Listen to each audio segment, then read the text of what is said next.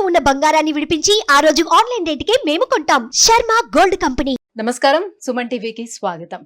ఈ డిసెంబర్ మాసం ద్వాదశ రాశుల వారికి ఎలా ఉండనుంది, అలాగే నవగ్రహాల స్థితిగతులు ఎలా ఉన్నాయి, ఏ రాశుల వారికి ఎటువంటి ఫలితాలను అందజేయనున్నాయి, ఈ విషయాన్ని తెలియజేసేందుకు మనతో పాటు ఉన్నారు ప్రముఖ జ్యోతిష్య అలాగే వాస్తు వేదిక నిపుణురాలు, దేవి ఉపాసకురాలు అయినటువంటి శ్రీమతి జయప్రద గారు మనతో పాటు ఉన్నారు. అమ్మతో మాట్లాడదాం. నమస్కారం. నమస్తే అమ్మ. శ్రీమాత్రే నమః. అమ్మ, ద్వాదశ రాశుల వారికి ఎలా ఉండబోతుందో తెలుసుకునే ముందు నవగ్రహాల స్థితిగతులు, ఏ రాశుల్లోని ఏ గ్రహాలు ఉన్నాయి, ఎటువంటి ఫలితాలను అందిస్తున్నాయో కొంచెం క్లుప్తంగా. సో గోచార ఫలితాల్లో మనం తీసుకోవాల్సిందంటే పెద్దగా మార్పు ఈ మాసంలో పెద్ద గ్రహాల మార్పు అనేది ఏం లేదు. ఎందుకంటే గోచారంలో అన్ని గ్రహాలు అలాగే ఉన్నాయి. ఒక రవి మార్పు తప్ప మిగతా అన్ని గ్రహాలు కూడా మార్పు అనేది లేకుండా ఉన్నాయి. కనుక రాశి ఫలాలు ఈ మాసంలో అందరికీ కాస్త మిశ్రమ ఫలాలు, కాస్త మెరుగైన ఫలాలు అని చెప్పుకోవాలి మనం అంతే. ఎందుకంటే ఈ మాస ఫలితాల్లో మనం తీసుకునే విషయాల్లో ఎక్కువగా ముఖ్యంగా తీసుకునే గ్రహాలు ఏవైతే ఉన్నాయో శుక్రుడు, తర్వాత రవి, కుజుడు, బుధుడు, ఈ 4 గ్రహాలు యోగించే లాభం కంటే కూడా కాస్తంత ఇబ్బంది పట్టే పరిస్థితిలోనే ఉన్నాయి. సో వృషభ రాశిలో గురువు వక్రించి ఉన్నాడు మనకి, కర్కాటక రాశిలో కుజుడు, కన్యా రాశిలో కేతువు, తర్వాత వృశ్చిక రాశిలో రవి బుధులు కలిసి ఉన్నారు. డిసెంబర్ 2వ తారీఖు నుంచి మళ్ళీ ఆయన మకర రాశిలోకి వస్తున్నాడు శుక్రుడు. కుంభరాశిలో శని భగవానుడు, మీనరాశిలో రాహు. ఇది మన గోచారంలో ఉండే గ్రహస్థితి అంతా ఇలా ఉంది. అయితే ఈ గ్రహస్థితి ఇలా ఉండడానికి కారణం గోచారంలో ఉండే గ్రహస్థితి. అయితే ఈ మాసంలో మనం చేసుకోవాల్సిన ఏంటంటే, కార్తీక మాసం అయిపోయిన తర్వాత వచ్చేది మార్గశిర మాసం. ఈ మార్గశిరంలో విష్ణు ఆరాధన చేస్తూ ఉంటాం. సరే, డిసెంబర్ 16 నుంచి ధనుర్మాసం మొదలవుతుంది. సో శివారాధన, విష్ణు ఆరాధన, మళ్ళీ ధనుర్మాసం తిరుపతి వింటూ ఉంటాం. ఈ విధంగా పూజా పునస్కారాలు, దానాలు, ధర్మాలు చేసుకుంటూ వెళితే అన్ని రాసుల వాళ్ళకి అనుకూలంగా ఉంటాయి. ఎందుకంటే ఈ మాసంలో అంత చెప్పుకోదగ్గ ఫలితాలు కానీ, అంత బ్రహ్మాండంగా ఉండే యోగాలు కానీ ఏ రాశి వాళ్ళకి కనిపించట్లేదు. కాస్తంత ఇబ్బంది పట్టే లక్షణాలే కనిపిస్తున్నాయి. కనుక మనం ఎక్కువ అవన్నీ మైండ్లో పెట్టుకోకుండా రాశి ఫలాలు వినడము, దాని దగ్గర పరిహారం ఏం చేసుకోవాలో అది మాత్రం తెలుసుకొని ఆ పరిహారం చేసుకుంటూ ముందుకు వెళ్తుంటే ఈ మాసం అలా గడిచిపోతుంది. అమ్మ, సింహరాశి వారికి డిసెంబర్ మాసం నవగ్రహాల స్థానచలనం ఎలా ఉంది, ఎటువంటి ఫలితాలను అందిస్తున్నాయి? తప్పకుండా నాన్న. సింహరాశి వాళ్ళకి ఈ మాసం కాస్త అనుకూలంగానే ఉంది. వీళ్ళకి గత మాసం కంటే ఈ మాసం చాలా మెరుగైన ఫలితాలు, అనుకూలం ఉన్నాయని బాగా చెప్పుకోవచ్చు. ముఖ్యంగా ఏంటంటే సింహరాశి వాళ్ళకి అన్నిటికన్నా యోగ్యం ఏంటంటే బుధుడు వృశ్చిక రాశిలో ఉండడం వల్ల కుటుంబంలో అందరూ మంచి కలయికలు, బంధువులతో రాకపోకలు, శుభకార్యాలు, తర్వాత వీళ్ళింట్లో శుభకార్యాలు జరగడము, పిల్లలు అనుకూలంగా మారడము, పిల్లలకి ఉన్నతమైన ఉద్యోగాలు రావడము, ఉన్నత స్థానాలకు వెళ్ళడము, వీళ్ళు అనుకునే దానికంటే ఎక్కువగా జరగడము, ఇవన్నీ కూడా సింహరాశి వాళ్ళకి ఈ మాసం అంతా అనుకూలంగానే ఉంది బాగా.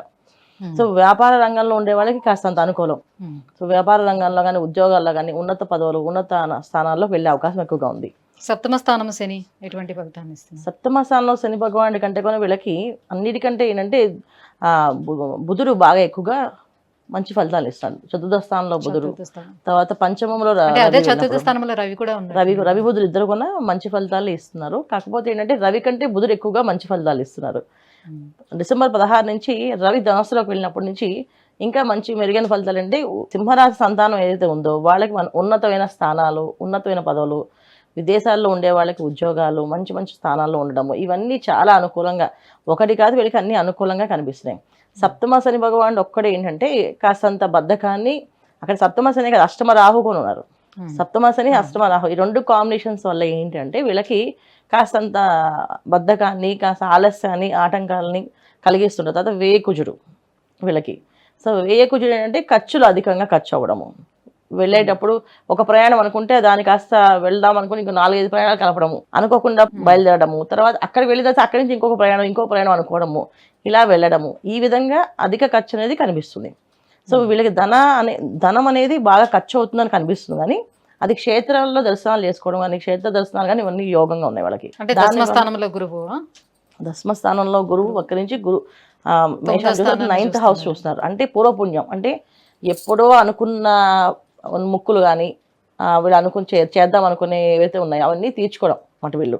అంటే ఎప్పుడో ఒక 20 ఏళ్ళ కింద ఎప్పుడో ముక్కున్నామండి, ఇప్పుడు వెళ్తున్నాం ఆ దేవాలయానికి వెళ్ళాం, అలా వెళ్ళే అవకాశము. అది ఏంటంటే కొన్ని ఇళ్లలో ముక్కు అనేది ఏంటంటే కుటుంబం అంతా కలిపి ముక్కుంటారు. వీళ్ళు వస్తే అందరు కలిసే వెళ్ళాలి, అందరు కలిసే చేయాలనేసి, అలాంటివి ఏవైనా ఉంటే అవి ఈ మాసంలో తీరుతాయి వీళ్ళకి.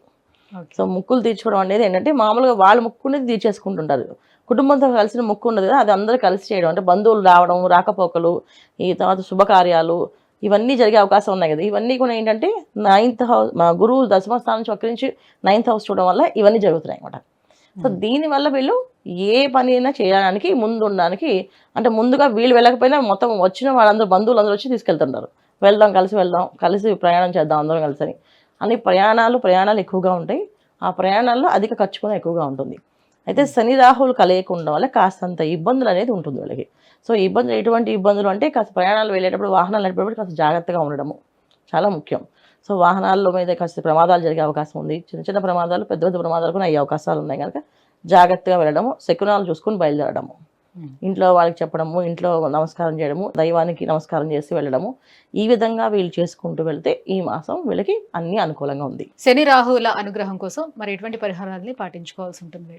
ఖచ్చితంగా ఆరోగ్య విషయంలో వీళ్ళు జాగ్రత్తగా తీసుకోవాలి, ప్రయాణాల విషయంలో జాగ్రత్తగా తీసుకోవాలి. కనుక ఎప్పుడు కూడా వీళ్ళు ఏంటంటే కాలభైరవ అష్టకాన్ని చదువుకోవడం, ఇంట్లో కాలభైరవ అష్టకాన్ని చూడడము, వినడము, ఆయనకి పూజ చేయడము, ఈ విధంగా చేస్తూ బయటికి వెళ్ళేటప్పుడు కాలభైరవ స్వామివారి ఫోటోకి దండం పెట్టుకొని ఆయనకు ఒక దండ వేసి వెళ్ళడము, ఈ విధంగా చేసుకుంటూ వెళితే అన్ని అనుకూలంగా ఉంటుంది. తర్వాత ప్రతి శనివారం ఆంజనేయ స్వామి గుడికి వెళ్ళడము, హనుమాన్ చాలీసా చదవడము, అక్కడ సింధూరం పూజ చేయించుకోవడం, ఇది ప్రతి శనివారం చేయాలి. సప్తమ శని భగవాన్ ఉన్నంతకాలం సింహరాశి వాళ్ళకి ప్రతి శనివారం వాళ్ళ ఆంజనేయ స్వామి టెంపుల్కి వెళ్ళడము, సింధూర పూజ చేయించుకోవడం, ఇది చేయించుకుంటూ ఆ సింధూరాన్ని వారం అంతా పెట్టుకుంటుంటే ఎటువంటి ప్రమాదాలు జరగకుండా అన్ని బాగుంటాయి. అమ్మ, సింహరాశి వారికి డిసెంబర్ మాసం ఎలా ఉండబోతుంది ఏంటనే విషయాన్ని తెలియజేసినందుకు ధన్యవాదాలు. నమస్తే అమ్మ. శ్రీమాత్రే నమః.